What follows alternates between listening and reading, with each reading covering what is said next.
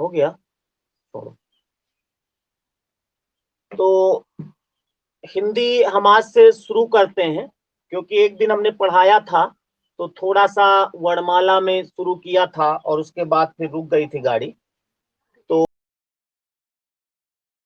Sir पढ़ाए थे आप लोगों को, उसको थोड़ा सा पीछे करेंगे, यानी शुरुआत से ही आपको पढ़ाएंगे, क्योंकि कुछ लोग नए जुड़े हैं। प्रिया श्रीवास्तव है कि नहीं?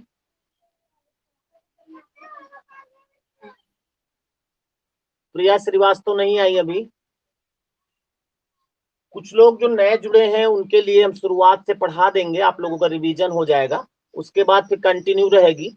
और रोज आपको हम लाइव क्लास 9:30 से 11 बजे तक पढ़ाएंगे। दो दो बार पढ़ाने में सही नहीं रहता था।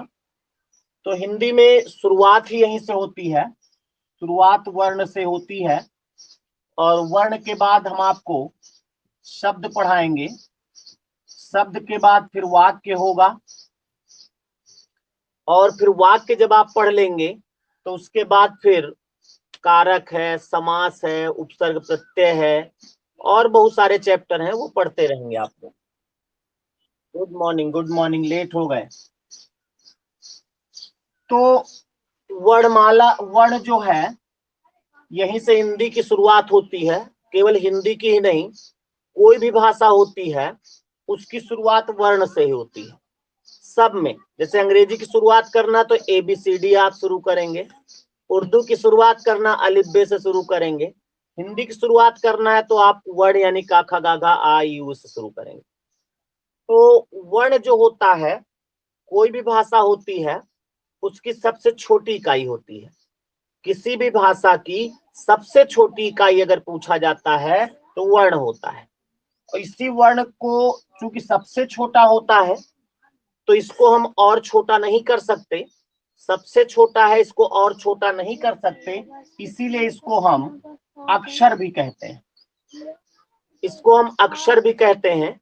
और चूंकि ये बहुत सूक्ष्म होता है, एक छोटी सी आवाज मात्र होती है, इसीलिए इसको ध्वनि भी कहा जाता है।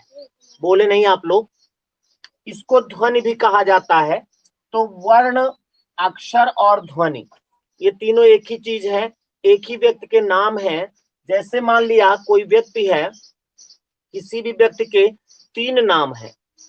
ये नाम जो है ये कहने वाला है, अगर ये नाम देखा जाए तो ये स्कूल का नाम होगा, और इसको अगर देखें तो ये राशि का नाम होगा। सभी व्यक्तियों के 3 तो नहीं लेकिन 2 नाम अवश्य होते हैं, एक स्कूल का यानी जो मार्कशीट में लिखा रहता है, और एक राशि का नाम सबका होता है जो कुछ लोगों को मालूम होता है, और कुछ लोगों को जरूरत पड़ती भी नहीं है, कुछ लोगों की जरूरत पड़ती है। तो जैसे मान लीजिए ध्वनि है, कहने का नाम है, अक्षर जो है स्कूल का नाम है, और राशि का नाम वर्ण है।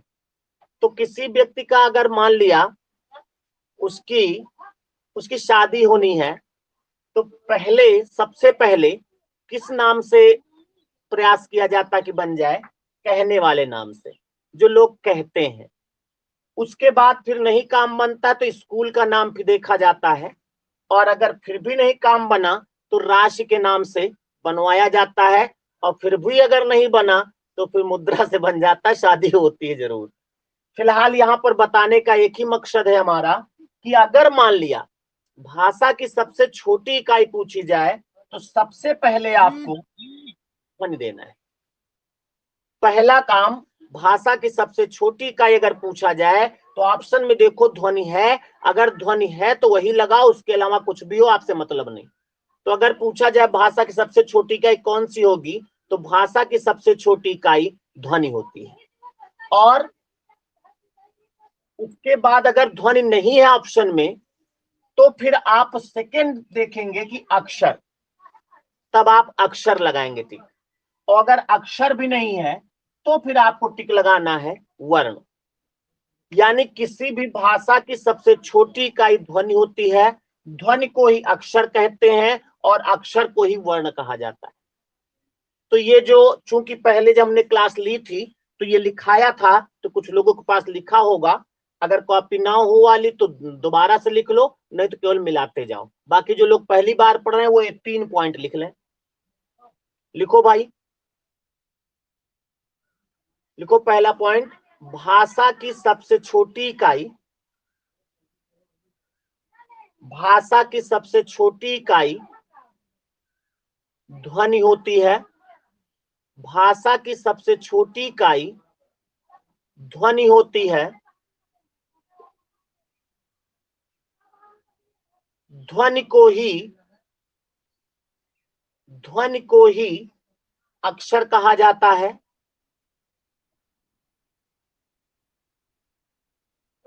नहीं, उसी में लिखते जाओ। ध्वनि को ही अक्षर कहा जाता है तथा अक्षर को ही वर्ण कहते हैं। अक्षर को ही वर्ण कहते हैं।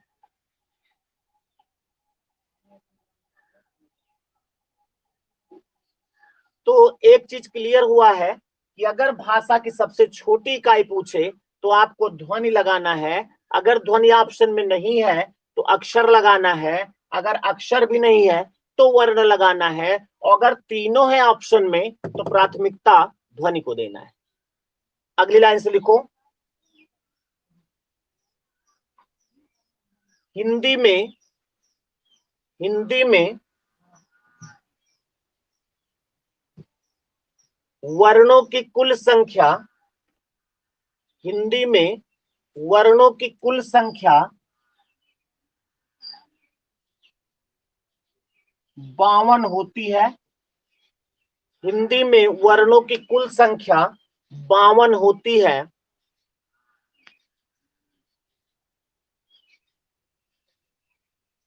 इन्हीं अगली लाइन इसी में लिखते जाओ, इन्हीं 52 वर्णों के व्यवस्थित समूह को, इन्हीं 52 वर्णों के व्यवस्थित समूह को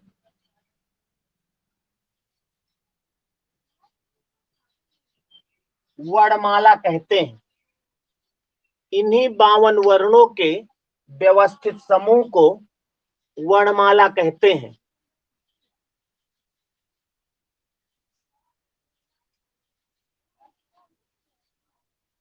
तो आपको अभी तक 3 पॉइंट मिले।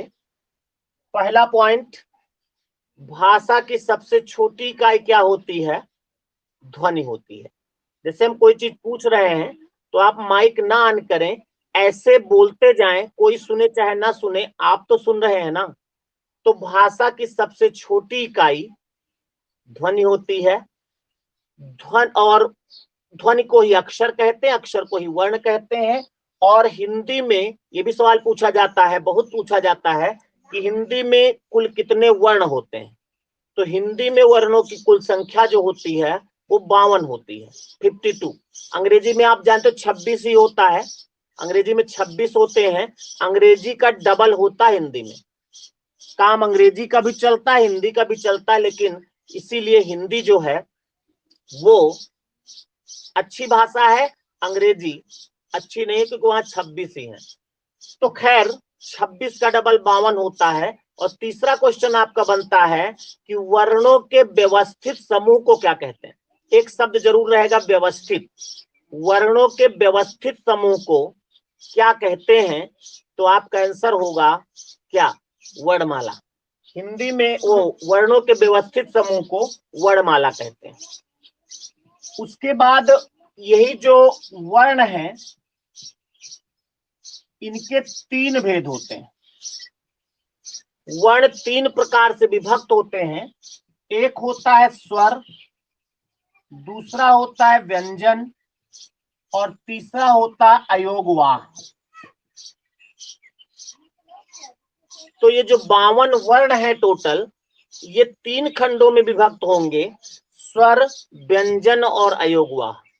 इन्हीं 52 में से कुछ स्वर होंगे, कुछ व्यंजन होंगे, कुछ अयोगवाह होंगे, और तीनों मिलाएंगे तो टोटल 52 होना चाहिए। हम ये बात इसलिए कह रहे हैं क्योंकि कई बुकों में, कई किताबों में हो सकता है आपको वर्णों की संख्या 50 मिले, 48 मिले, तो आपको हम प्रूफ देंगे कि वर्ण जब 52 है तो स्वर, व्यंजन और अयोगवाह जब आप पढ़ लोगे तो लास्ट में हम आपको ऐड भी, जुड़वा भी देंगे कि देखो 52 हो रहे हैं। न किसी को हटा सकते, न किसी को जोड़ सकते। तो आप किसी अपवाद में ना आवे। अगर वर्णों की संख्या पूछी जाए तो आपको आंसर देना है 52। तो नीचे ये बात भी लिख लो जो लिखाया है, लिखो वर्ण 3 भागों में विभक्त रहते हैं। वर्ण 3 भागों में विभक्त रहते हैं।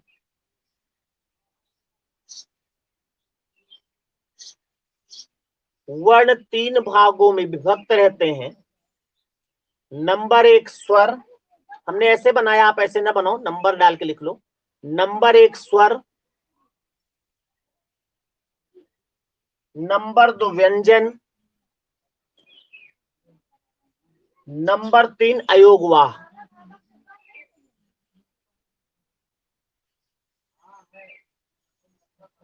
स्वर, व्यंजन, अयोगवाह।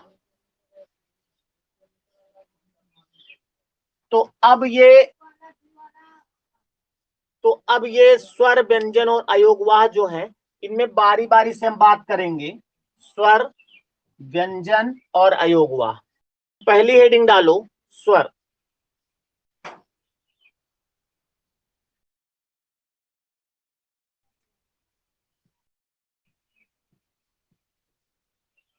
हेडिंग डालो स्वर।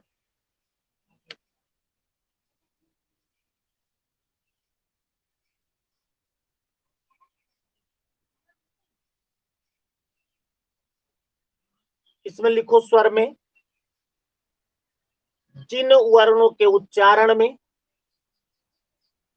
जिन वर्णों के उच्चारण में वायु, जिन वर्णों के उच्चारण में वायु मुख से, वायु मुख से निर्बाध बाहर निकलती है, वायु मुख से निर्बाध बाहर निकल, जिन वर्णों के उच्चारण में, जिन वर्णों के उच्चारण में वायु मुख से, वायु मुख से निर्बाध बाहर निकलती है, निर्बाध बाहर निकलती है, उन्हें स्वर कहते हैं, उन्हें स्वर कहते हैं। एक शब्द हमने बोला है निर्बाध, तो कुछ लोग हो सकता निर्बाध ऐसे लिखे हों, या कुछ लोग हो सकता है निर्बाध ऐसे लिखे हों। किसी का माइक ऑन हो रहा है, मन कर रहा है ऑन होने का, उसको ऑफ ही रखो बेटा। जब हम आपसे कोई चीज पूछे तब ऑन करिएगा, और जब हम कहें माइक ऑन रखो तो वो ऑफ रखो, तो आप एक बार अपना चेक जरूर कर लो। जैसे कल कोई भूल गया था ऑफ करने के लिए, तो भूलो ना, एक बार उसको देख लो। तो जो निर्बाध होगा वो ऐसे नहीं लिखा जाएगा, ऐसे लिखा जाएगा।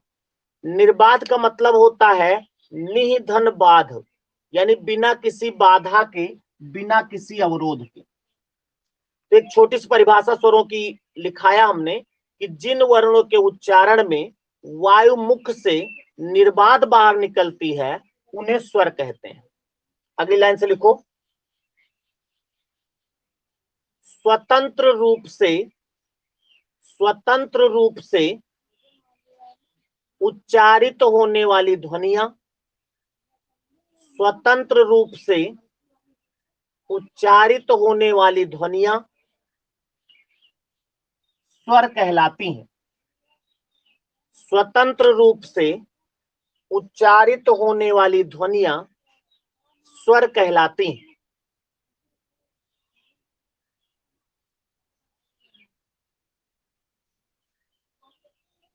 अब ये जो जितनी दोनों परिभाषाएं लिखा है आपने, ये दिमाग में सेट हो जाए, उसके लिए थोड़ा समझना है।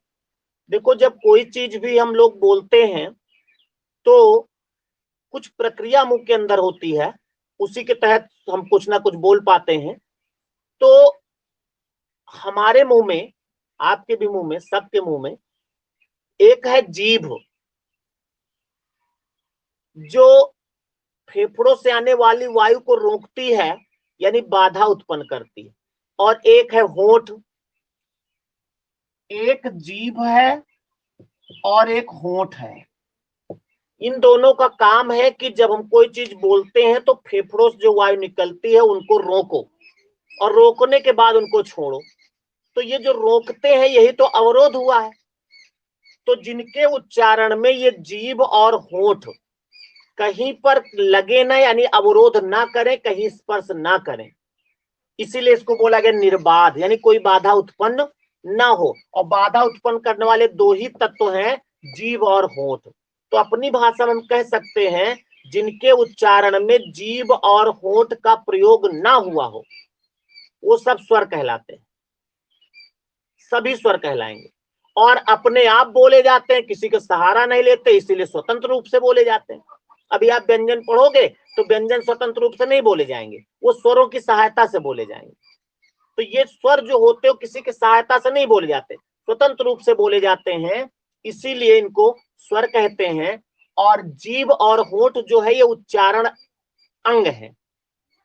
अभी हम जब व्यंजन पढ़ाएंगे तो इस पे और अच्छे चर्चा करेंगे। कहने का मतलब ये निकला कि जिनके उच्चारण में, जिन वर्णों के उच्चारण में जीभ और होंठ कहीं स्पर्श ना करे वो सब स्वर होंगे, इसीलिए ये परिभाषा लिखाई गई। अब हिंदी में स्वरों की संख्या पर अगर विचार करें तो हिंदी में स्वरों की संख्या जो होती है वो 11 होती है। कितनी होती है? 11। तो ये भी सवाल पूछा जाता है, अगर आवे हिंदी में वर्णों की संख्या तो 52, और आ जाए हिंदी में स्वरों की संख्या तो 11। तो लिख लो इस लाइन को, हिंदी में स्वरों की संख्या 11 होती है, 11 होती है, जो निम्नलिखित हैं, जो निम्नलिखित हैं। ये सबको आता आता होगा, तो नीचे आप 11 स्वर लिख डालो, 11 होंगे, सब लोग लिख डालो, हम भी लिख रहे हैं, पहले आप लिखिए।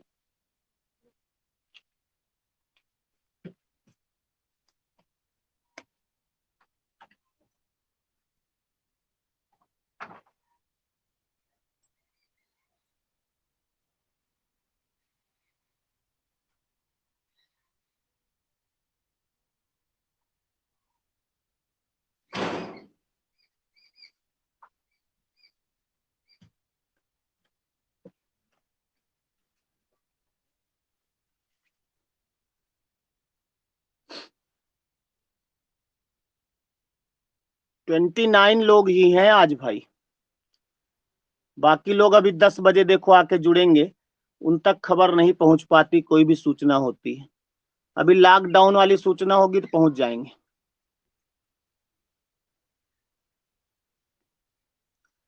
सालू, रिचा, दिव्या, महक, आरती, प्रेमनाथ। प्रेमनाथ एक सवाल भी भेजे थे अभी भाई, भी देखते हैं उसको।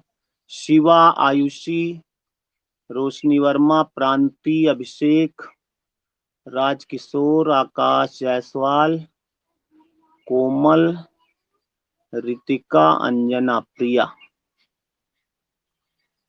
आज सरस्वती नहीं है क्या? अभी अंकित कुमार भी हैं। लिख लिया भाई 11 स्वर। Mic on. Very good. 31 लोग हो गए भाई। अभी अभी कौन आया है? अभी अभी तुरंत कौन जुड़ा है भाई?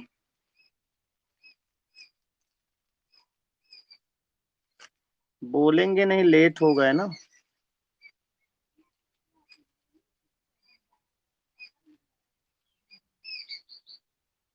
अभी अभी कौन आया भाई, नमस्ते तो करो। अच्छा फिर चले गए, 29 हो गए फिर से। अच्छा नेटवर्क की वजह से हो जाता होगा।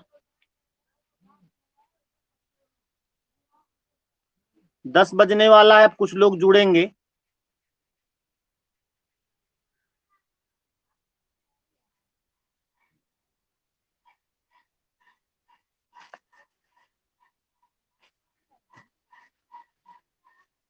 लिख लिया होगा आप लोगों ने, और अब हम भी लिखते हैं, आप लोग मिला लीजिए, हालांकि सबका सही होगा।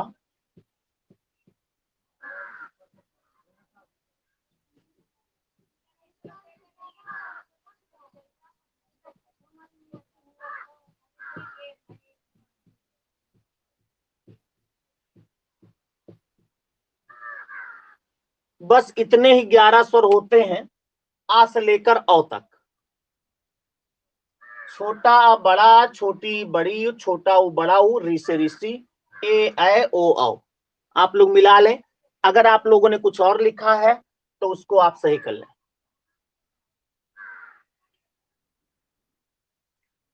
सही होगा सबका। अब ये जो 11 स्वर हैं, इन्हीं पे चर्चा करेंगे, और इनमें कौन सा स्वर क्या कहलाता है, कैसे क्या होता है, सब पे बात होगी। सबसे पहले इन 11 की उत्पत्ति जो है वो, जैसे आप दुनिया में देखते हो बहुत सारे रंग हैं, लेकिन कुछ रंग हैं जो मेन है, प्राथमिक रंग जिनको कहते हैं, उन्हीं से और रंगों की उत्पत्ति होती है। तो यहाँ पर 11 इतना बड़ा परिवार जो है, ये पूरे सदस्य जो है, सदस्य तो है परिवार के, लेकिन परिवार का जो मुखिया है, यानी मुख्य जो होते हैं, जिनको हम मूल स्वर कहते हैं, सब में उनका अंश होता है। वो पहला मूल स्वर जो है वो छोटा आ है, इसका अंश लगभग लगभग सब में है। एक मूल स्वर छोटी ई है, और एक छोटा ऊ है। यानी आपसे पूछा जाए कि मूल स्वर कितने होते हैं, मूल मतलब मेन जो स्वर हैं, मुख्य स्वर, वो केवल 3 होते हैं, छोटा आ, छोटी ई, छोटा ऊ। जितना आप ये सब देख रहे हो, आई यू, ये जितना है, सब इन्हीं तीनों से मिल करके, इधर उधर कर करके सबकी उत्पत्ति हुई है।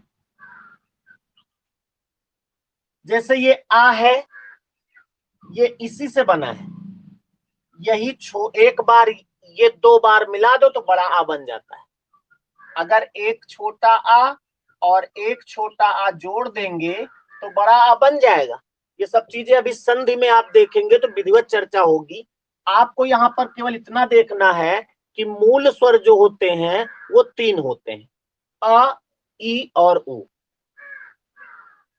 तो इस बात को लिख लो नीचे। मूल स्वरों की संख्या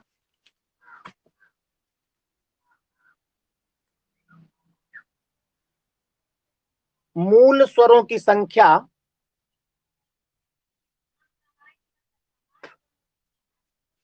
3 होती है। मूल स्वरों की संख्या 3 होती है। छोटा आ, छोटी ई, छोटा ऊ। लिख लो आगे डैश करके, अ ई उ।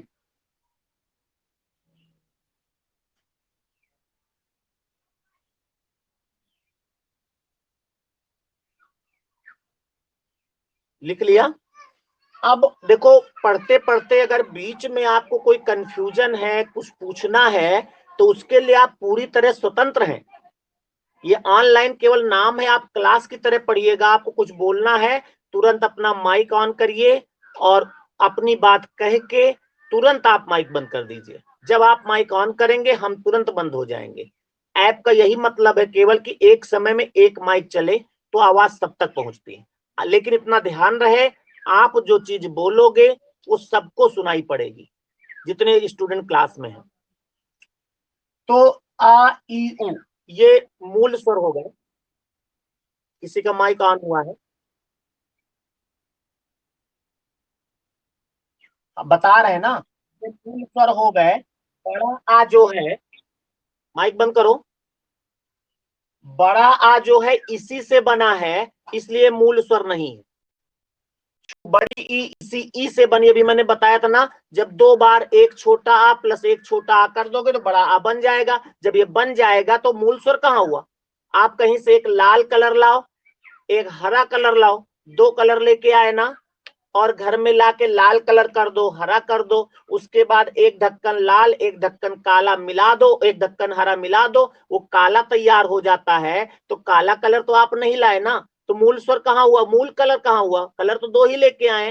तो पहले केवल तीन स्वर उत्पन्न हुए हैं, छोटा आ, छोटी ई, छोटा ऊ, और बाकी सब इसी से बने। कैसे कैसे बने वो अभी हम बताएंगे। तो अब मूल स्वर हो गए। अब इसमें हम स्वरों का वर्गीकरण आपको कराएंगे अलग अलग आधार पर। इसी में कुछ ह्रस्व स्वर होंगे, कुछ दीर्घ होंगे, और हाँ, इस पर आपने नहीं बात की, री कैसे बनेगा। री जो है वो मूल स्वर नहीं है, हालांकि ये स्वर ही नहीं है, इसमें व्यंजनों के गुण हैं, इसीलिए किनारे रहता है, इसमें इसका कोई रोल नहीं होता, ये केवल एज ए किराएदार रहता है बस।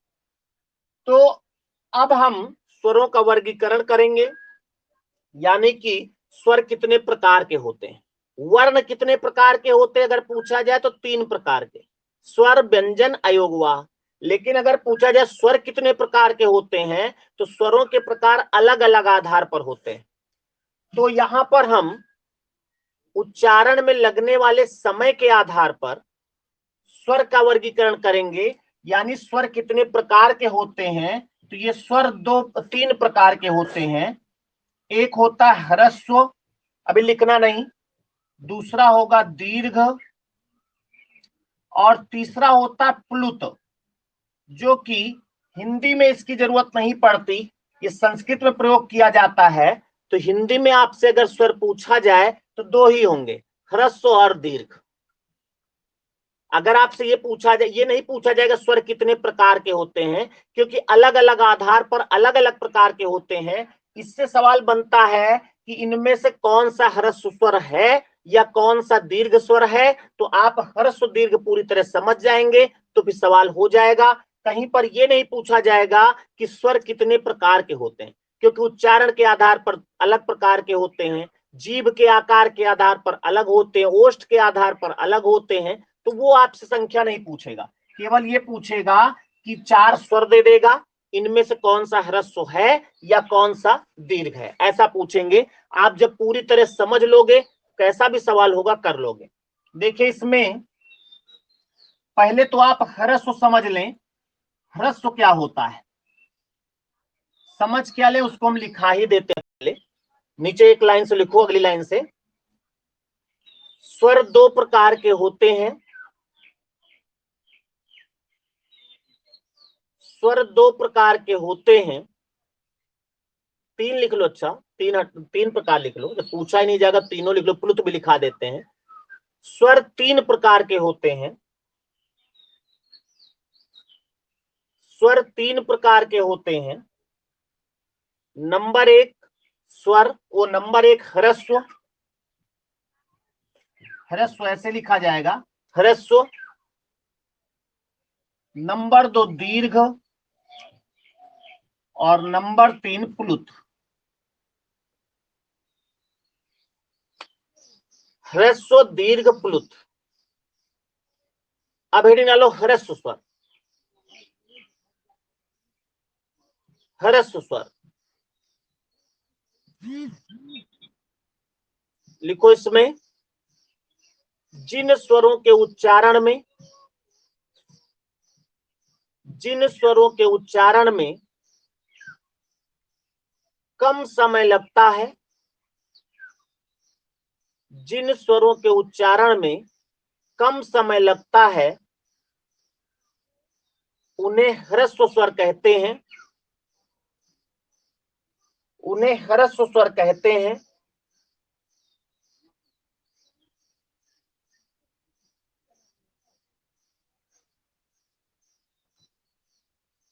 अच्छा, अब थोड़ा समझ लो। हमने बताया जिनके उच्चारण में कम समय लगता है वो ह्रस्व होते हैं, और जिनके उच्चारण में ह्रस्व अभी लिखना नहीं, ह्रस्व का 2 गुना समय लगता है वो दीर्घ होते हैं। जिनके उच्चारण में कम समय लगेगा ह्रस्व, जिनके उच्चारण में ह्रस्व का 2 गुना समय लगेगा वो दीर्घ। कम समय का मतलब कम से कम, जितना कम से कम समय लगा सकते हो उतना लगाने से अगर बोल सकते हैं तो ह्रस्व होगा। और जितना ह्रस्व मान लिया 5 सेकंड लगा तो 10 सेकंड अगर बोलने में लगा तो दीर्घ हो जाएगा। तो यहां पर ह्रस्व स्वर से सवाल जरूर आता है। अगर हम इसमें पूछे ह्रस्व कौन कौन सा होगा, तो जो लोग पहले से जानते हैं अच्छी बात है, जो लोग नहीं जानते वो इसको कहेंगे, इसको कहेंगे, इसको कहेंगे, इसको कहेंगे और इसको कहेंगे, ये ह्रस्व कहेंगे। बल्कि ये 2 ह्रस्व नहीं होते। क्यों नहीं होते? आप जब इनको पढ़ते हो तो इसको पढ़ते हो छोटा आ से अनार, इसको बड़ा आ से आम, इसको छोटी ई से, इसको बड़ी ई से, छोटा ऊ बड़ा ऊ। लेकिन इसको क्या कहते हो? इसको छोटा ए से तो नहीं कहा जाता, बल्कि ए और ए, ओ और औ। तो इसमें जो है इन चारों में कोई छोटा बड़ा नहीं होता, लेकिन यहां पर होता है।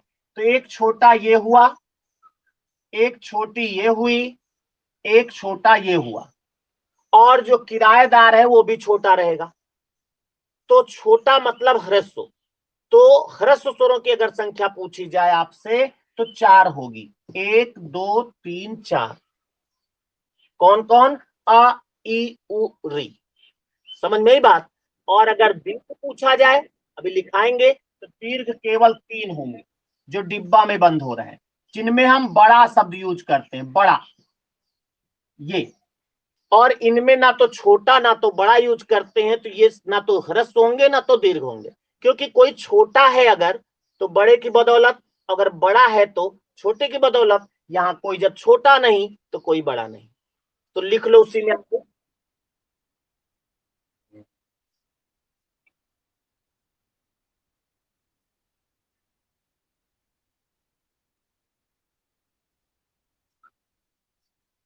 री जो स्वर है वो स्वरों में गिना जाता है, स्वर है नहीं, क्योंकि इसमें स्वर के कोई लक्षण नहीं होते।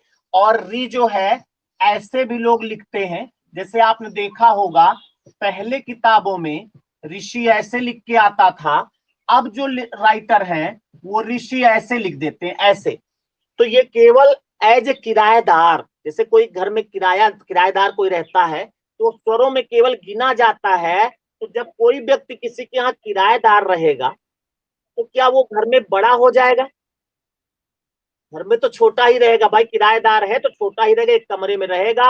अगर मान लिया कि किसी दिन मकान मालिक, चाहे वो चाट का ठेला लगाता हो मकान मालिक, अगर किराएदार कोई है वो मान लिया अधिकारी भी है, लेकिन अगर वो निकला तो अगर लाइट जलती मिल गई तो वो कहेगा जरूर कि भाई देख लो ये लाइट रात भर जली है और ये किराया बढ़ा देंगे या तो फिर आप निकल लीजिएगा। तो किराएदार जो होता है वो सदैव छोटा होता है। कंसेप्ट कहने का मतलब ये। तो अगर ह्रस्व स्वर पूछे जाए तो केवल 4 होंगे, छोटा आ, छोटी ई, छोटा ऊ और री। ये 4 ह्रस्व स्वर होते हैं। तो वही हम लिखा रहे हैं, लिखो उसी में। इनकी संख्या 4 होती है, ह्रस्व स्वरों की संख्या 4 होती है। और वहीं पर ब्रैकेट में ये चारों लिख लें आप, आ ई उ री।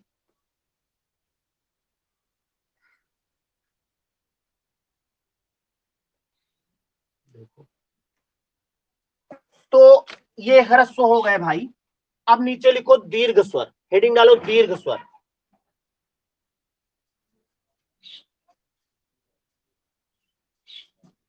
लिखो जिन स्वरों के उच्चारण में, जिन स्वरों के उच्चारण में, जिन स्वरों के उच्चारण में ह्रस्व का, ह्रस्व का 2 गुना समय लगता है, ह्रस्व का 2 गुना समय लगता है, उन्हें दीर्घ स्वर कहते हैं। उन्हें दीर्घ स्वर कहते हैं।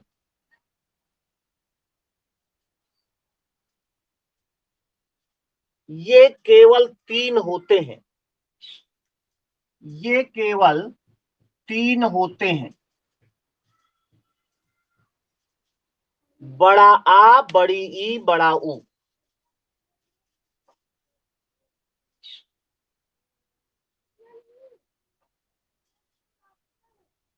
ठीक है। अब ह्रस्व और दीर्घ हो गए। अब आप पूछ रहे होंगे ये क्या होते हैं। ये ना तो ह्रस्व होते ना तो दीर्घ होते हैं, ये संयुक्त स्वर होंगे और इनकी चर्चा भी हम आगे करेंगे। अभी ह्रस्व और दीर्घ पर ही चर्चा करें। ह्रस्व केवल होते हैं चार, आ ई उ री, और दीर्घ होते हैं बड़ा आ बड़ी ई बड़ा ऊ। समझ में आई बात?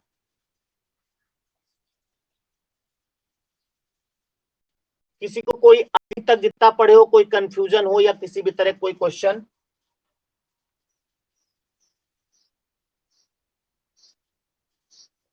आप लोग बोले।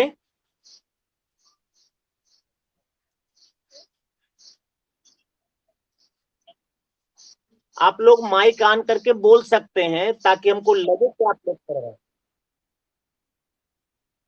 ठीक है, बंद कर लो। और अब इसके आगे हम अगली क्लास में बताएंगे, क्योंकि आज का हम लोग